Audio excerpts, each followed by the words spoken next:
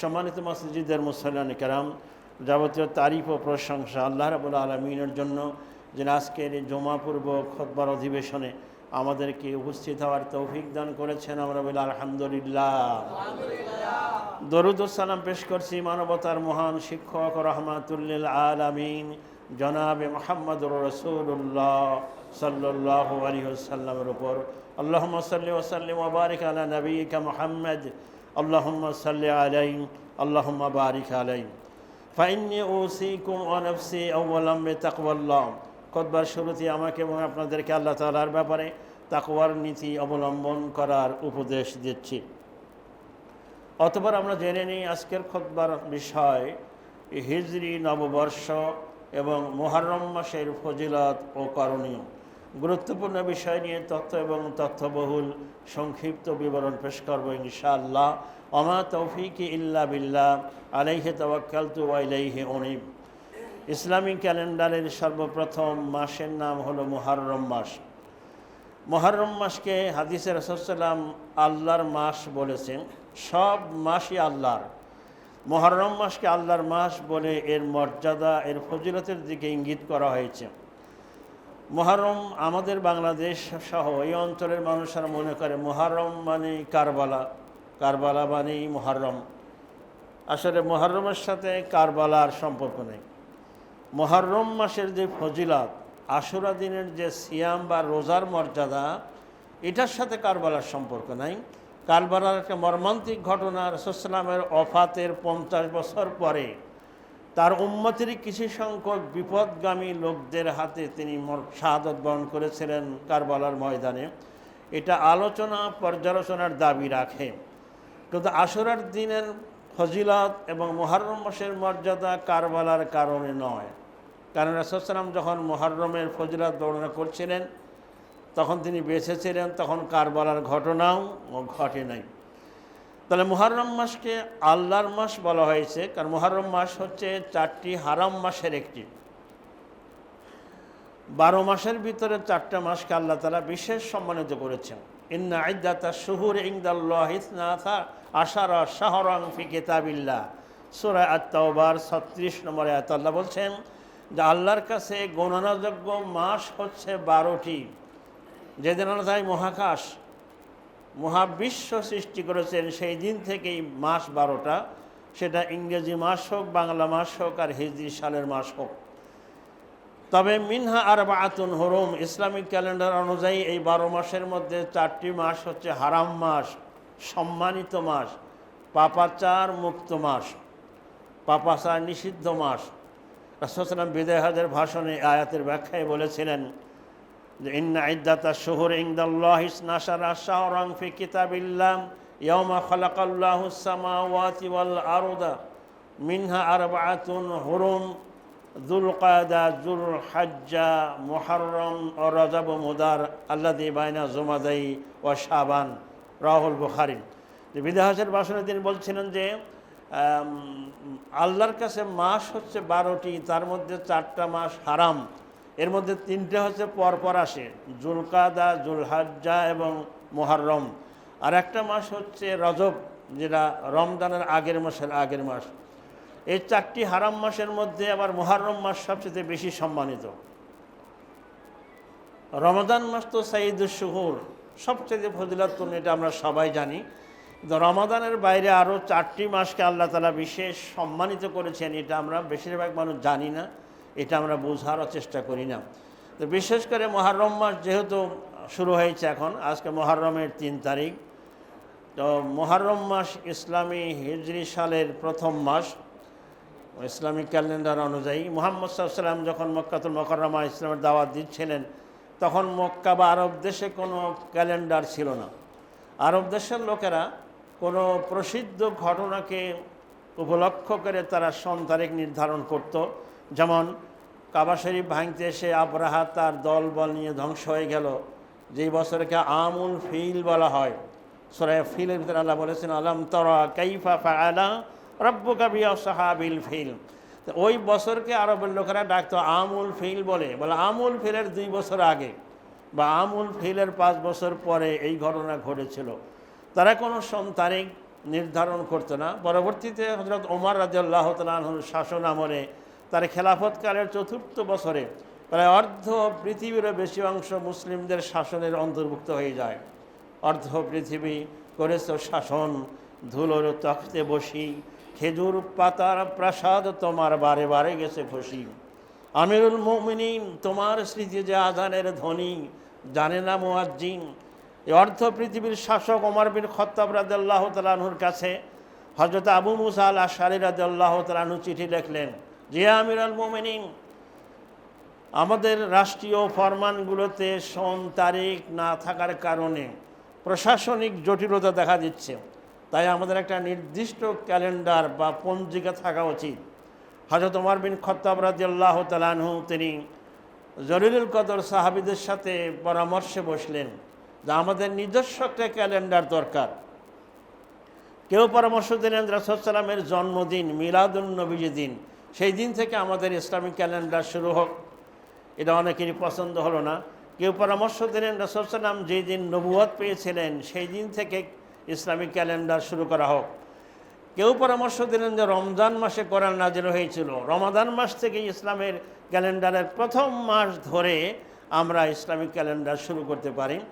হযরত আলী রাদিয়াল্লাহু তাআলা আনহু পরামর্শ দিলেন যে হিজরত থেকেই আমরা রাসূল সাল্লাল্লাহু আলাইহি ওয়াসাল্লামের হিজরত হচ্ছে টার্নিং পয়েন্ট, যে মক্কাতুল মুকাররমাতে বাড়ি ঘর, খেজুর বাগান, ব্যবসা প্রতিষ্ঠান সব ছেড়ে মক্কার মুহাজিরগণ মুসলিমগণ জীবনের সুপ্রিম স্যাক্রিফাইস করে মদিনাতুল মুনাওয়ারায় হিজরত করেছিলেন এবং সেখানে গিয়ে তারা দমে যান নাই। তারা সেখানে গিয়ে একটা নতুন ইসলামী সমাজ এবং ইসলামিক কল্যাণ রাষ্ট্র প্রতিষ্ঠিত করেছিলেন, আলহামদুলিল্লাহ। সুতরাং হিজরতকে বছরের হিজরতকে ধরে আমরা হিজরি সাল এটা নামকরণ করতে পারি। নবী মুহাম্মদুর রাসূলুল্লাহ সাল্লাল্লাহু আলাইহি সাল্লামের কাছে এই পরামর্শটা খুব পছন্দ হলো এবং তিনি হযরত ওমর রাদিয়াল্লাহু তাআলার কাছে পরামর্শ পছন্দ হলো এবং হিজরি সাল নাম দিয়ে ইসলামিক ক্যালেন্ডার শুরু করা হলো। তবে হিজরত হয়েছিল রবিউল আউয়াল মাসে। সাহাবাগণ পরামর্শ দিলেন রবিউল আউয়াল মাস থেকে আমরা হিজরি সালের প্রথম মাস না ধরে 2 মাস আগে থেকে মুহররম থেকে শুরু করি, কারণ ইসলামের সর্বশেষ রোকন হজ সম্পন্ন করে মুসলিমগণ হাজী সাহেবগণ দেশে ফিরে আসেন। সুতরাং সেই দিন থেকে হিজরি সাল প্রবর্তন শুরু হয়। আমরা বলি আলহামদুলিল্লাহ। এই হিজরি সালকে গণনা করা, এটাকে সংরক্ষণ করা, মনে রাখা মুসলিম উম্মার জন্য ফরজে কিফায়া। কারণ আমাদের সকল ইবাদত এই চন্দ্র মাসের সাথে জড়িত। আমাদের রমাদান, আমাদের লাইলাতুল নিসফে মিন শাবান, আমাদের লাইলাতুল কদর, আমাদের ঈদ, আমাদের আশুরা, আমাদের ইয়াউমে আরাফা, যত ইবাদত আছে সব এই চাঁদের সাথে সম্পর্ক। আজকে আমরা চাঁদ দেখাই ভুলে গিয়েছি, চাঁদ দেখতে চাই না। আমাদের সমাজ থেকে সুন্নতটা বিলুপ্ত হয়ে যাচ্ছে। তাই হিজরি সাল শুরু হলো। সম্মানিত মসজিদের মুসলিম কেরাম, বলছিলাম মুহররম মাসের এত মর্যাদা। রাসূল সাল্লাল্লাহু আলাইহি ওয়াসাল্লাম একটি হাদিসে বলেছেন সিয়ামু ইয়াউমি আরাফা, হযরত আবু হুরায়রা থেকে বর্ণিত হাদিস, সহিহ বুখারীর বর্ণনা, যে তিনি বলছেন আফদালুস সিয়াম বাদা সিয়ামে শাহরে রমাদান, রমজানের রোজার পরে, রমাদানের সিয়ামের পরে সবচেয়ে ফজিলতপূর্ণ সিয়াম হচ্ছে, সবচেয়ে ফজিলতপূর্ণ রোজা হচ্ছে শাহরুল্লাহিল মুহররম, মুহররম মাসের রোজা। বলুন সুবহানাল্লাহ। এর আগে আমরা দেখেছি যে বিগত মাসে জিলহজ মাসের 9 তারিখ আরাফা দিবসের রোজারও ফজিলত আছে, যে একটা রোজা বিগত বছর এবং আগামী 1 বছরের অগ্রিম গুনাহ মাফ হয়। আল্লাহু আকবার। কিন্তু এই হাদিসে রাসূল সাল্লাল্লাহু আলাইহি ওয়াসাল্লাম বলছেন যে রমাদানের রোজার পরে সবচেয়ে ফজিলতপূর্ণ রোজা হচ্ছে মুহররম মাসের রোজা, শাহরুল্লাহিল মুহররম। মুহররমের রোজা বলতে আশুরা দিনের রোজা তো আছেই, তার সাথে এই মুহররম মাসের প্রতি সোমবার বৃহস্পতিবারের রোজা এবং আইয়ামে 20 প্রতি চন্দ্র মাসের মুহররমের 13, 14, 15 রোজা রাখা, অর্থাৎ এই মাসে রোজা রাখা এটা খুব ফজিলতপূর্ণ আমল। রাসূলুল্লাহ সাল্লাল্লাহু আলাইহি ওয়াসাল্লামের উপরে রমাদানের সিয়াম ফরজ হওয়ার আগে আশুরার রোজা ফরজ ছিল, কারণ সকল নবী রাসূলগণের উপর আশুরার রোজা ফরজ ছিল। কামা কুতিবা আলাল্লাযিনা মিন ক্বাবলিকুম, আল্লাহ রাব্বুল আলামিন সূরা বাকারার 183 নম্বর আয়াতে বলেছেন তোমাদের উপরে রমাদানের সিয়ামকে ফরজ করা হলো যেমনিভাবে তোমাদের পূর্ববর্তী নবীর উম্মতদের উপরে রোজা ফরজ ছিল। এ আয়াতের ব্যাখ্যায় মুফাসসিরিন কেরামগণ বলছেন যে অর্থাৎ রাসূল সাল্লাল্লাহু আলাইহি ওয়াসাল্লামের আগে মুসা আলাইহিস সালাম থেকে শুরু করে সকল নবীদের উম্মতের উপরে আশুরার একটা রোজা ফরজ ছিল। সুবহানাল্লাহ। তো রাসূল সাল্লাল্লাহু আলাইহি ওয়াসাল্লামের কাছে রমজানের রোজা ফরজ হওয়ার আগ পর্যন্ত তিনি আশুরার রোজা ফরজ রোজা হিসেবে পালন করতেন। তিনি দীর্ঘ নবী হওয়ার পরেও 9 বছর তিনি আশুরার রোজা পালন করেছেন। তিনি যখন হিজরত করে মদিনায় চলে গেলেন, গিয়ে দেখলেন ইহুদিরা রোজা রাখছে, ইহুদিরা আহলে কিতাব যেহেতু, তিনি ইহুদিদেরকে বললেন, মা হাযাল ইয়ামুল্লাযী তাসুমুনাহু, এটা কিসের দিন, তোমরা এই দিনে এত রোজা রাখছো? তো ইহুদিরা জবাব দিচ্ছেন, ক্বালু হাযা ইয়াউমুন আযীম, এটা একটা মহান দিন। আনজাল্লাহু মূসা ওয়া কওমাহু, এই দিনে আল্লাহ তাআলা মূসা আলাইহিস সালাম এবং তার জাতিকে, তার উম্মতকে নাজাত দিয়েছিলেন। গররাকা ফিরআউনা ওয়া কওমাহু, আর ফেরাউন এবং তার কওমকে, সম্প্রদায়কে লোহিত সাগরে ডুবিয়ে মেরেছিলেন। তাই মূসা আলাইহিস সালাম শুকরিয়া আদায় স্বরূপ এই দিন রোজা রেখেছিলেন। রাসূলুল্লাহ সাল্লাল্লাহু আলাইহি ওয়াসাল্লাম বললেন, তাহলে আমি নাহনু আহাক্কু মিনকুম, আমি তোমাদের চেয়ে এই দিনে রোজা রাখা আমার কাছে বেশি হক। তোমরা তো মূসা আলাইহিস সালামের উম্মত, আর আমি নবী, মূসাও নবী ছিলেন, এক নবী আর এক নবীর ভাই। তাই তিনি মদিনাতে গিয়েও রোজা রাখলেন এবং সাহাবীদের রোজা রাখার পরামর্শ দিলেন। রমাদানের সিয়াম ফরজ হওয়ার আগ পর্যন্ত রাসূল সাল্লাল্লাহু আলাইহি ওয়াসাল্লাম প্রতি বছর এই রোজা পালন করতেন ফরজ রোজা হিসাবে।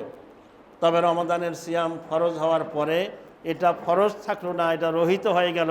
তবে এটা নফল, মুস্তাহাব বা ঐচ্ছিক হিসেবে থেকে গেল। এটা না রাখলে কোনো গুনাহ হবে না। তবে কোনো মুসলিম যদি আশুরার রোজা রাখেন, তবে তার জন্য অনেক বিরাট সওয়াব এবং পুরস্কার রয়েছে। সুবহানাল্লাহ।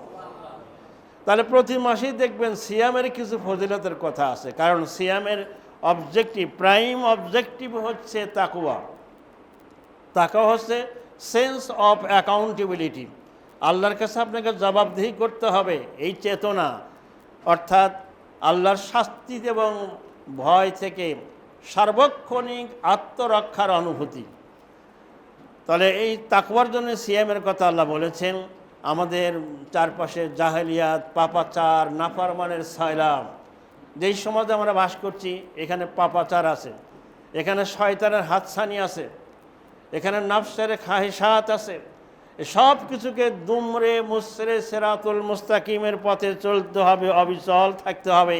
এই জন্য সিয়ামের মাধ্যমে তাকওয়া অর্জনের দরকার। সুবহানাল্লাহি ওয়া বিহামদিহি। তাই দেখবেন প্রায় প্রতি মাসেই সিয়ামের কথা এসেছে। রাসূল সাল্লাল্লাহু আলাইহি ওয়াসাল্লাম এই হাদিসে বলছেন, আফদালুস সিয়াম বাদা সিয়ামি শাহর রমাদান, রমাদানের সিয়ামের পর সবচেয়ে ফজিলতপূর্ণ সিয়াম হচ্ছে শাহরুল্লাহিল মুহাররম, আল্লাহর মাস মুহররম মাসের রোজা। হাদিসের পরের অংশে রাসূল বলছেন, ও আফদালুস সালাহ বাদাল ফারিদা, ফরজ রোজার পরে সবচেয়ে ফজিলতপূর্ণ রোজা হচ্ছে, সবচেয়ে ফজিলতপূর্ণ সাওম হচ্ছে সাওমুল লাইল, রাতের নামাজ, যেটাকে আমরা তাহাজ্জুদের নামাজ বলি। আল্লাহ রাব্বুল আলামিন কোরআনে কারিমে বলছেন, আমিনাল লাইলি ফাতাহাজ্জাদ বিহি, হে রাসূল রাতের কিছু অংশ আপনি দাঁড়িয়ে তাহাজ্জুদের সালাত আদায় করুন। এটা আপনার জন্য নাফিলাতুল লাক, অতিরিক্ত উম্মতের জন্য ফরজ নামাজ 5 ওয়াক্ত। নবী মুহাম্মদুর রাসূলুল্লাহ সাল্লাল্লাহু আলাইহি ওয়াসাল্লামের জন্য ফরজ হলো 6 ওয়াক্ত, অতিরিক্ত তাহাজ্জুদের জন্য ফরজ। তার রাসূল সাল্লাল্লাহু আলাইহি ওয়াসাল্লাম কোনোদিন বেতেরের নামাজ ইশার পর পড়তেন না, তিনি বেতের পড়তেন তাহাজ্জুদের পরে একেবারে শেষ রাত্রে। এবং তিনি উম্মতকে আদেশ করেছেন, যারা তাহাজ্জুদ পড়া অভ্যস্ত তারা আগেই বিতির পড়বেন না, শেষ রাতে তাহাজ্জুদের শেষে বেতের পড়বেন। যার সর্বশেষ নামাজ বেতের হবে, তার পুরো নামাজগুলো বেতেরে পরিণত হয়ে যাবে। সুবহানাল্লাহ। ইন্নাল্লাহা বিতরুন, বেতের মানে বেতর মানে বেজোর। তারা রাসূল বলছেন, ইন্নাল্লাহা বিতরুন, আল্লাহ বেজোর। ইউহিব্বুল বিতরা, তিনি বেজোরকে পছন্দ করেন। ফাআউতিরু ইয়া উলিল কোরআন, অতএব হে কোরআন ওয়ালা, তোমরা কি করো, বেতরের নামাজ আদায় করো। বেতরের নামাজ আমাদের মাযহাবে এটা ওয়াজিব, কারো মতে সুন্নাতে মুআক্কাদা, তবে খুবই ফজিলতপূর্ণ নামাজ। রাসূল সাল্লাল্লাহু আলাইহি ওয়াসাল্লামকে রাতের নামাজ পড়তে বলা হয়েছে। শুধু কোরআন এবং হাদিস, কোরআন এবং সহিহ হাদিসের আলোকে যদি আমরা রাতের নামাজ, কিয়ামুল লাইল বা তাহাজ্জুদের কথা বলি, একটা বড় বই হয়ে যাবে, এত বিস্তারিত আলোচনা হয়েছে। আজকে মুসলমানদের সংস্কৃতি ছিল গোটা মুসলিম উম্মার রাতের সংস্কৃতি ছিল রাতের তাহাজ্জুদ। আজকে সেই মুসলিমগণ তাহাজ্জুদ ছেড়ে দিয়েছে, রাত জাগতে চায় না, রাত 12টা পর্যন্ত জেগে থাকে। আকাশ সংস্কৃতি, মুক্ত আকাশ, এটাকে ঠেকানো যায় না। সবার হাতে অ্যান্ড্রয়েড ফোন, সারাদিন দেখে আর দেখে। কিসের তাহাজ্জুদ? ফজরের খবরই তো নাই। শুধু রাত জাগে, শেষ রাতে জাগে যখন বিশ্বকাপ খেলা শুরু হয়। এটা বিশ্বকাপ নয়, এটা বিশ্ব পাপ। এই যে উন্মাদনা, কোন দেশকে সে সমর্থন করেন তার পতাকা বাড়িতে লাগিয়েছে। কত বড় পাগল!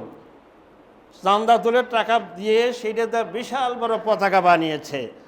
আবার তার গায়ের গেঞ্জিতে লিখেছে হৃদয়ে ব্রাজিল, হৃদয়ে আর্জেন্টিনা। নাউজুবিল্লাহ।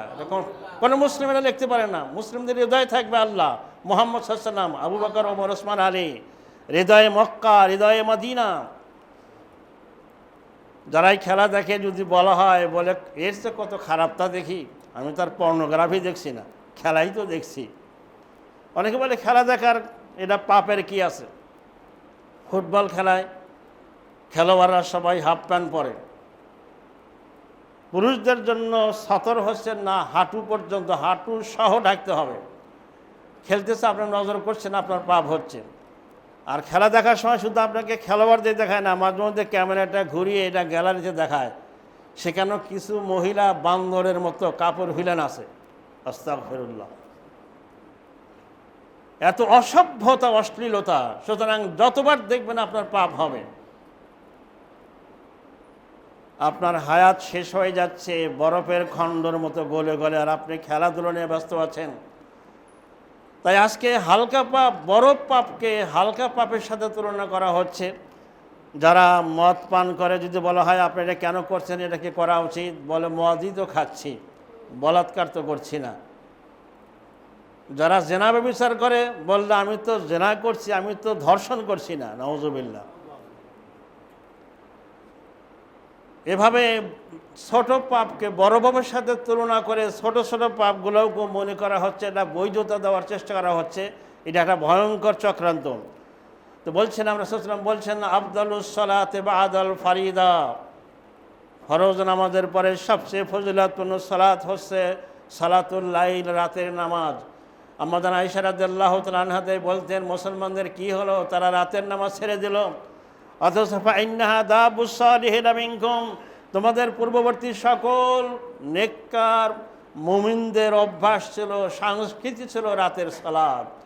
দাঁড়িয়ে যেতেন, দীর্ঘক্ষণ দাঁড়িয়ে থাকতেন। নবী মুহাম্মদুর রাসূলুল্লাহ সাল্লাল্লাহু আলাইহি ওয়াসাল্লামের কদম মোবারক যেটা পা ফুলে যেত, দীর্ঘক্ষণ দাঁড়িয়ে। আমাকে যারা শুনছেন আহ্বান করছে, রাতের সালাতকে বাদ দিবেন না, অভ্যাস করুন। রাত্রে একটু আগে শুয়ে পড়তে হবে। 10টার মধ্যে ঘুমিয়ে পড়লে আপনি 3টায় উঠতে পারবেন। 2 রাকাত হলো কিয়ামুল লাইল করবেন। আল্লাহ আমাদের তৌফিক দান করুক, আমরা বলি আমিন। সালাতুল লাইলে মাসনা ওয়া মাসনা, রাতের নামাজ 2 রাকাত 2 রাকাত করে। দেখলেন সময় আছে, এখন তো সুবিধা, সবার হাতে ফোন। আজকে তাহাজ্জুদের নামাজ কয়টা পর্যন্ত পড়া যাবে, সুবহে সাদিক কখন শুরু হবে আপনি বুঝতে পারবেন। ওইভাবে ওযু করে দাঁড়িয়ে যান আল্লাহর সামনে, চোখের পানি ফেলে কাঁদুন আল্লাহর কাছে, গুনাহ মাফ চান, মুসলিম উম্মার জন্য কাঁদুন।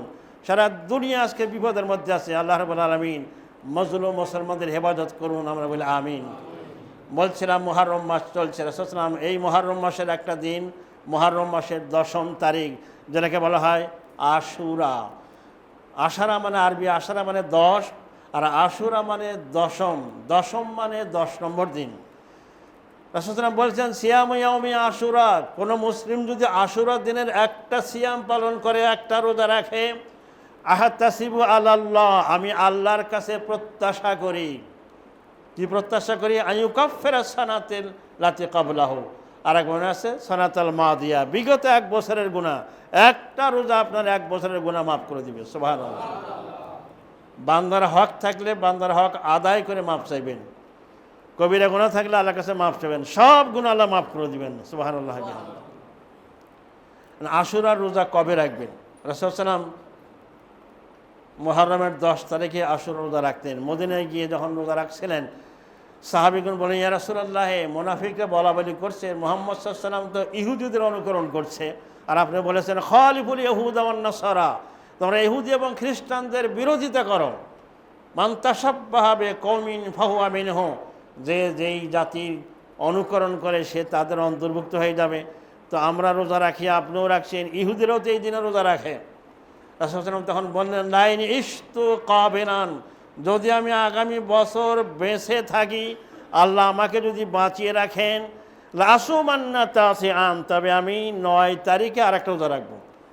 তোমরা রাখবে 10 তারিখে, আমাদের রোজা 9 তারিখে শুরু হলো, 9 এবং 10 2 দিন রোজা রাখবো। সেজন্য যদি কেউ রোজা রাখতে চান, ইনশাআল্লাহ আগামী বৃহস্পতিবার এবং জুমাবার এই 2টা রোজা রাখবেন। যদি কেউ একটা রোজাও রাখে, অনেকে বলেন আশুরা রোজা একটা রাখতে হয় না, হবে না, এটা ঠিক নয়, একটা রাখলেও হবে। রাসূল সাল্লামের চেতনা ছিল, রাসূল সাল্লামের কথা যেমন হাদিস বা সুন্নাহ, তার আমল বা কর্মও সুন্নাহ, তার মৌন সমর্থন এটাও সুন্নাহ। নবী মুহাম্মদুর রাসূলুল্লাহ সাল্লাল্লাহু আলাইহি সাল্লামের চেতনা এটাও সুন্নাহ। সুবহানাল্লাহ। তার চেতনা ছিল যদি আমি বেঁচে থাকি, লাউ ইশতু কাবিনান, আগামী বছর বেঁচে থাকলে লাসুমান্না তাসিআন, আমি 9 তারিখে রোজা রাখবো।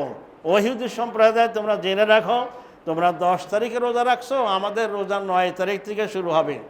তবে পরের বছর রাসূল সাল্লাল্লাহু আলাইহি ওয়াসাল্লাম আর বেঁচে ছিলেন না, আল্লাহ তাকে উঠিয়ে নিয়েছিলেন। তাই আমরা 2 দিন রোজা রাখার চেষ্টা করবেন, এটা হচ্ছে 9 এবং 10। যদি কেউ 10 তারিখও রাখেন রোজা হয়ে যাবে, কোনো সমস্যা নাই। আল্লাহ তৌফিক দান করুক, আমিন। আশুরা রোজার একটা চেতনা আছে আমাদের ভেতরে। আশুরা রোজা হচ্ছে বিগত বিজয়ের শুকরানা। বছরের পর বছর, সুতরাং শতাব্দী পর্যন্ত এই জালিম ফেরাউন মুসলিম উম্মার উপর জুলুম অত্যাচার করেছে। এত অত্যাচার নির্যাতনের পর আল্লাহ তাআলা বিজয় দিয়েছেন। এই এত বড় অত্যাচারী শাসক ফেরাউন, যে নিজেকে রব দাবি করেছিল, সে লোহিত সাগরের ভেতরে 16 আনা শতভাগ অসহায় অবস্থায় মারা যায়, এবং মৃত্যুর সময় সে আল্লাহ আল্লাহ করতে থাকে, আল্লাহর নাম জপতে থাকে। হযরত জিবরাইল আলাইহিস সালাম বলছেন, ইয়া রাসূলুল্লাহ, ফেরাউন এত জোরে জোরে আল্লাহ আল্লাহর নাম নিচ্ছিল, আমার তো আশঙ্কা হচ্ছিল যে আল্লাহ রাব্বুল আলামিন তিনি তো রহমানুর রহিম, দয়ার সাগর, এত বড় কাফের কিন্তু আল্লাহ মাফ করে দেয়, যে আমি লোহিত সাগরের তলদেশ থেকে কালো কাদা এনে তার মুখে নিক্ষেপ করলাম, ফেরাউনের জবান বন্ধ হয়ে গেল, আর সে কালেমা পড়তে পারে নাই, সে কাফের অবস্থায় মারা গেল। পৃথিবীতে অনেক নাস্তিক মারা যাওয়ার সময় সে কিন্তু আল্লাহর উপর বিশ্বাস করেছে, সে বলেছে আল্লাহ আছে, কালেমা পড়ার চেষ্টা করেছে, তওবা করতে চেয়েছে, কোনো কাজে আসবে না। সুতরাং ফেরাউন নিহত হয়েছিল শতভাগ অসহায় অবস্থায়।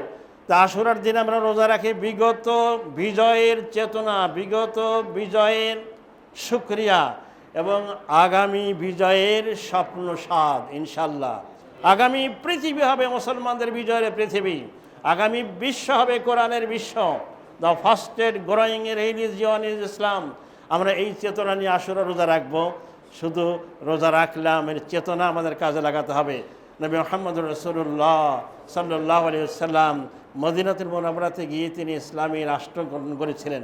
অনেক মুসলমান নামাজ পড়েন, হজ করেন, জাকাত দেন, কিন্তু ইসলামী রাষ্ট্রের কথা শুনলে বলে যে ধর্ম নিয়ে রাজনীতি কেন? যেখানে নবী মুহাম্মদুর রাসূলুল্লাহ সাল্লাল্লাহু আলাইহি ওয়াসাল্লাম তিনি মদিনাতে গিয়েই প্রথম কাজই ছিল তার ইসলামিক কল্যাণ রাষ্ট্র গঠন করা। তিনি নিজে ছিলেন রাষ্ট্রনায়ক। হযরত আবু বকর সিদ্দিক রাদিয়াল্লাহু তাআলা আনহু তিনি খলিফাতুল মুসলিমিন ছিলেন, রাষ্ট্রনায়ক ছিলেন। হযরত ওমর বিন খাত্তাব রাদিয়াল্লাহু তাআলা আনহু তিনি অর্ধ পৃথিবীর শাসক ছিলেন। অর্ধ পৃথিবী করেছে শাসন, ধুলোর তাখতে বসি। আর সেই মুসলমানরা বলে কি এখন? তাই ইসলামকে, Islam is complete code of life, আল ইয়াউমা আকমালতু লাকুম দীনাকুম, ইসলাম হচ্ছে পরিপূর্ণ জীবন ব্যবস্থা, পূর্ণাঙ্গ জীবন বিধান।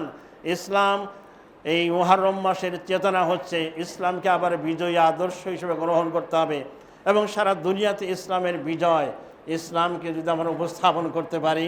আজকে মানুষের তৈরি সকল মতবাদ যেভাবে মানুষের সমস্যার সমাধান করতে পারে নাই, মানুষ যা খুশি তাই করছে, মানুষের মনুষ্যত্ব হারিয়ে যাচ্ছে। ইসলাম কত মায়াবী দিন, কত মানবিক দিন। ইসলাম মানুষের ভিতরে মানবতা, মনুষ্যত্ব জাগ্রত করে। ইসলাম যেখানে মানবতা সেখানে, যেখানে ইসলাম নাই সেখানে মানবতা থাকতে পারে না।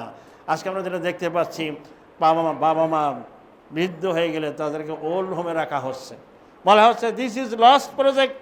এই বৃদ্ধ মানুষেরা সমাজ এবং দেশের কোনো কাজে লাগে না, এদেরকে বাসায় রেখে কী লাভ, এদের রেখে আসো ওল্ড হোমে, বৃদ্ধাশ্রমে। বলে নাউজুবিল্লাহ।